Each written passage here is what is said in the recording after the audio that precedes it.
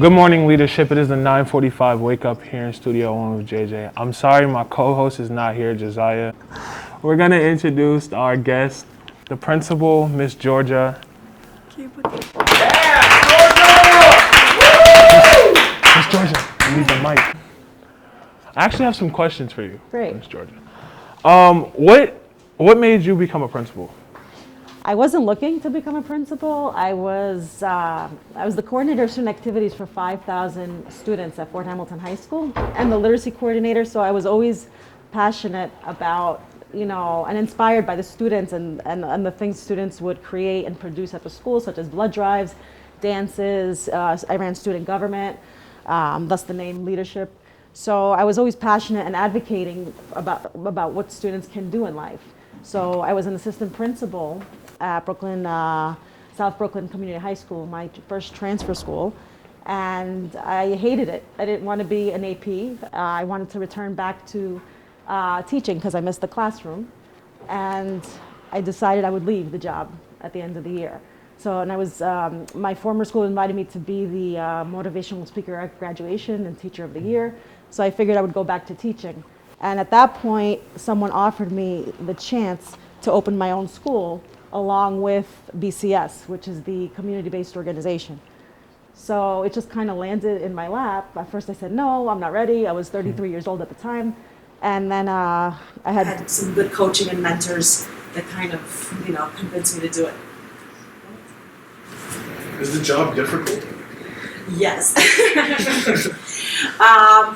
Absolutely, of course. Anything good in life, doesn't come easy, right? True. That is true. What inspired you to do outdoor lunch? So outdoor lunch has changed throughout the years, right? Sometimes, we didn't allow for it for a long time because of the safety pieces. Then we kind of opened it after students were advocating for student lunch, and then it kind of died out again as we had safety issues arise in the community, fights in the park, so it ebbs and flows based on the safety pieces and based on what's happening in the neighborhood, in the community, and in terms of students within the school. Okay. Have you taught as a teacher, and what was the inspiration? Okay, so I was an English teacher. I started off 22 years old at Fort Hamilton High School. That was, I graduated from Fort Hamilton, so I'm an alum. And I was in the English department. What is some advice for students what is some advice for students? For students, mistake. I think schools need to do a better job from when students are in elementary school to teach that it's okay to make mistakes. No one's perfect. I'm not perfect, right? And I'm learning every single day. And we become greater by making mistakes. And that's the journey in life, to mess up, and to go through that ugly, messy caterpillar stage. But if we're patient within our struggles, a beautiful butterfly emerges. So to just not judge yourself and to be a better person every day and do the work in your soul, in your mind, body, heart, spirit always, and don't let other people define you and stop you from succeeding. Don't follow the crowd and just do the inner work to be a better human being. That's what I want for my son. It's the same message to students. Be a good person, do good. Pay the good forward to others. People are good here to you, pay it forward. And that's how we heal. We heal by helping other people, and by being an example.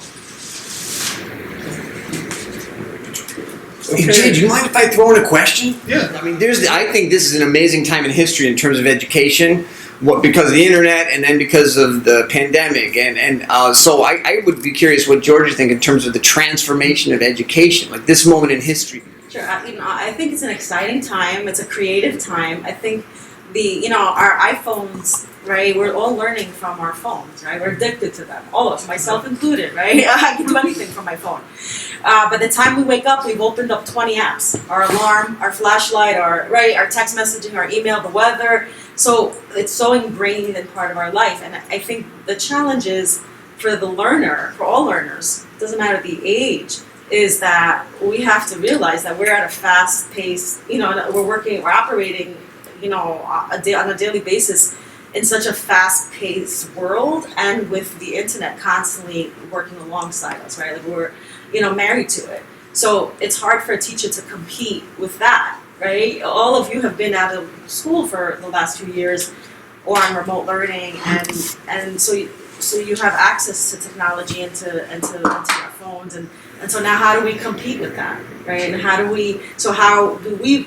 we creative? How do we connect this to what's happening in the real world, and how do we utilize it as a tool rather than exclude it, because there's so much stimulation, I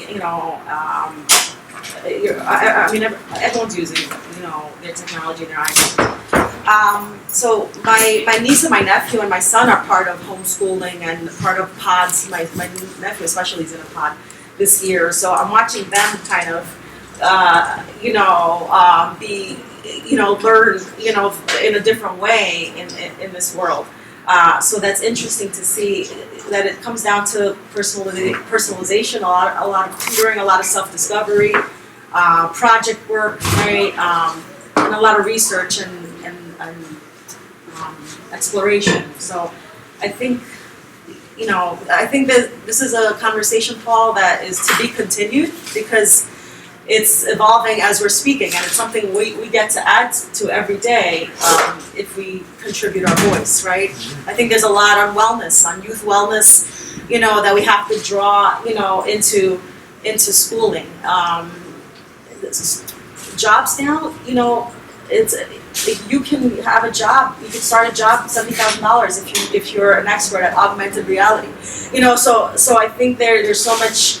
Students have access to jobs now through computers, and through coding and through, without even graduating college sometimes. Mm-hmm. So there's so much opportunity for those students that are not going to college,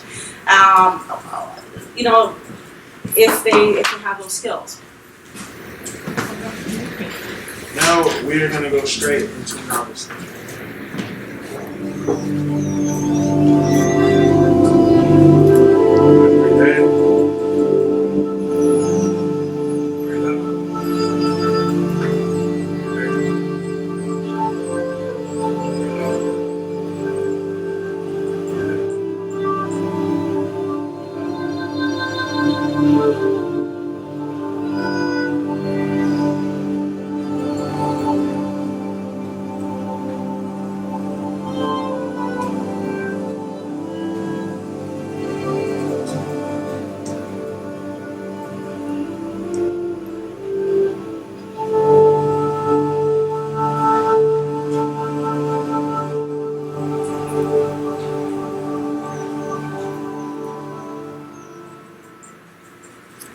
We are going to get straight into the community votes board.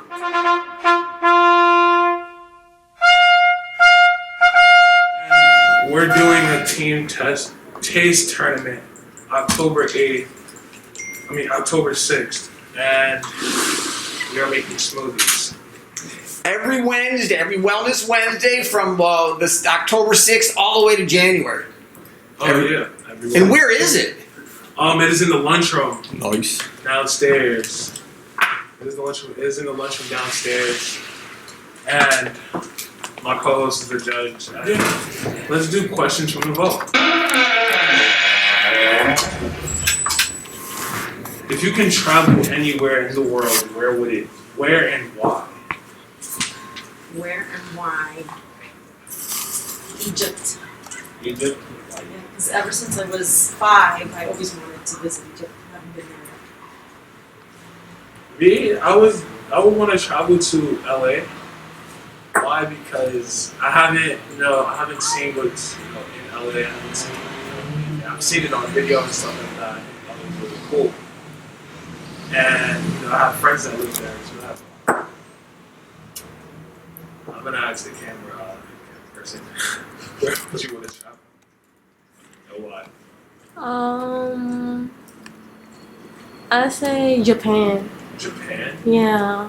I heard it's beautiful over there, and the food tastes good too, so I want to go over there for the food. Give me the sound cue for that. Yeah. We're gonna do shout outs for that too. But I'm going to shout out my brother. My brother, because he woke me up this morning and I didn't want to get up because it was Friday. Who's that, Jay? Yeah. Jay! by the way. Yeah, he's the afternoon host. He is. He does the afternoon check-in. And actually both of my brothers, because Tyon is here too. He's here today? I think he's coming today. Oh. You need someone to wake you up when September ends. What about you? In terms of Like shoutouts? shout-outs, just every single staff member that works here, everybody that works really hard to really support students every day. They give up their free time. Teachers throughout the pandemic were working to midnight to support students. And it's really a special place if you get to know it on the inside. So a shout out to the staff and then to the students. All the students, all I've been hearing from every single staff member is how great the students are this year, how disciplined and how everybody wants to learn and everyone wants to be part of the community. The circles are really, growing and engaging. So a shout out to everyone and all of you for having me here. This is really cool.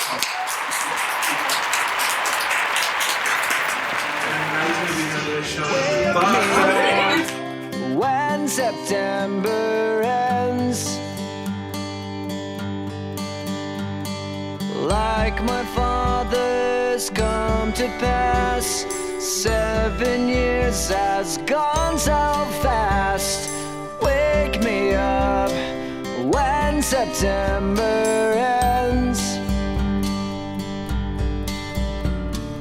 Here comes the rain again, falling from the stars, drenched in my pain again, becoming